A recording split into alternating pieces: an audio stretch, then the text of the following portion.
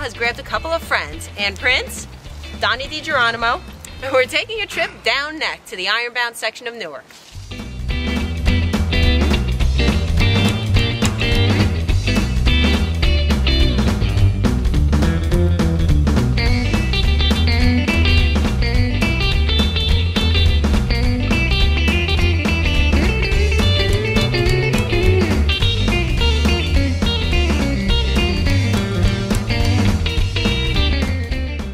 Fornos of Spain in the Ironbound section of Newark. Here with Donnie DiGeronimo, former Montclair Battalion Chief. Now, Donnie, you're a bit of a regular down here in Ironbound. I'm usually down here at least twice a week. My first recollection of coming to the Ironbound section was around 1973 when a large group of my friends and cousins, we went to Tony DiConecca on Elm Road, and after that, loved Portuguese food after that.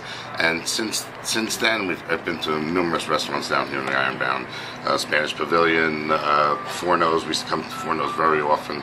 Now I go to Dega Grill. One of my favorites is Ciabra's. The seafood is great. My family's from Newark originally, whenever they immigrated over, so I remember coming down in the 60s. Really? Even before they had all the changes in the riots in Newark. But we would come down, go to various restaurants, different places, and it was just great to walk around everywhere. We would make field trips to the Ironbound section during the Kimberly School and Montclair Academy merger. The guys and the girls would get together, and on Friday nights we would go to the Spanish Tavern, or let's see, that was probably the place that we would meet at most, and then we'd go around. And then, as a teenager and years ago, you were sort of pioneering or trailblazing by coming from Montclair to, yes. However, we had friends at MKA and Kimberly who were living in Forest Hills, so they would be sort of like our tour guides. And my family coming from Newark as well, I'd already known it. A lot of people also call the Ironbound section of Newark Down Neck. Now, Donnie knows why they call it Down Neck. According to the historian, I think Charles Cummings, the area in the Passaic River, the area right in this area here looked like a chicken neck, and so they called it that. It's not used as much as the Ironbound is now. Now, why is that? Do more locals call it Down Neck? And I think the old timers all called it Down Neck. Okay. So, Ann, is it Ironbound or is it Down Neck? It's both. I grew up calling it Down Neck, but I'm an older generation. I think the newer people call it Ironbound now. Actually, I think the changes in the Ironbound are not as noticeable as changes in Newark and overall. Right. I think Ironbound has stayed pretty consistent with the flavor of the neighborhood. There's just not much of a change. There's not a change that I see in this particular area. Most of Newark has changed. Ironbound hasn't changed as much. The one thing right outside from Fornos here, there used to be one of the train trestles, which constituted part of the Ironbound. They have disappeared. Just a number of them have disappeared. The train trestles was why the area was called Ironbound, because it was surrounded by the iron train. There was a large Italian population down here, but there's also large Polish and German populations at one time. I think the Portuguese started coming in the late 50s, early 60s, and now there's a lot of Brazilians here and a lot of Ecuadorians in the area too. So you can get a good mix of different food in the area. Great.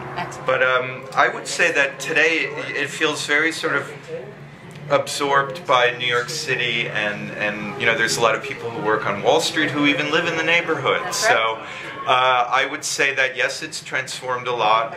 Real estate wise, it's become more valuable and important, and it's just a great fun place. I just wish that the first ward still existed. That would really be practically the Little Italy of the world, you know, with all of the places, and Frank Sinatra used to go. But now we find the same thing in Down Neck, and it's a very historic neighborhood. Well, that's what we were talking about a little bit with Donnie, was that initially there were a lot of Italians and Polish immigrants now, and now that has sort of changed. Can you tell us a little bit about the cultural presence, the ethnicity presence? Well, I would say that what I know is that you know, there's not too many.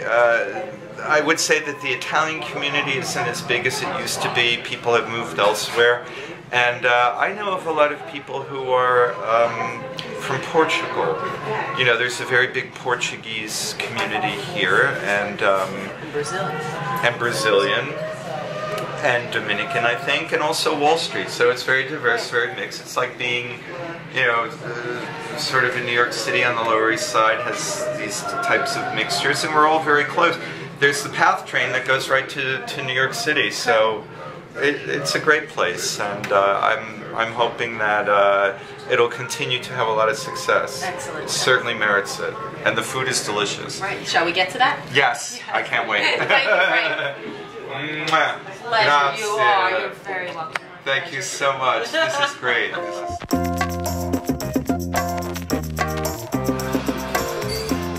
Spoons at Fornos have turned pink from the sangria. Isn't that fantastic? Here we are in the smoke room at Fornos. It's right adjacent to this nice little patio out here, which is great for summertime. But what they also have is a bar menu. Now, when I've been down there, I've spent a lot of time at the bars, admittedly. But what they also have are these steak sandwiches that are so incredible. I love the steak sandwich with a pitcher of sangria. Behind the bar at Fornos of Spain with Fernando Lois. And how long have you been mixing sangria, Fernando? Around 30, 35 years. 30, 35 years. So this is going to be an expert mix of sangria. Show us how it's done. That's very easy. Okay. Just you put the fruit, any type of fruit, orange, apples, grapes, pineapple, whatever you like. Pineapple? Yeah, you can use any fruit. Nice.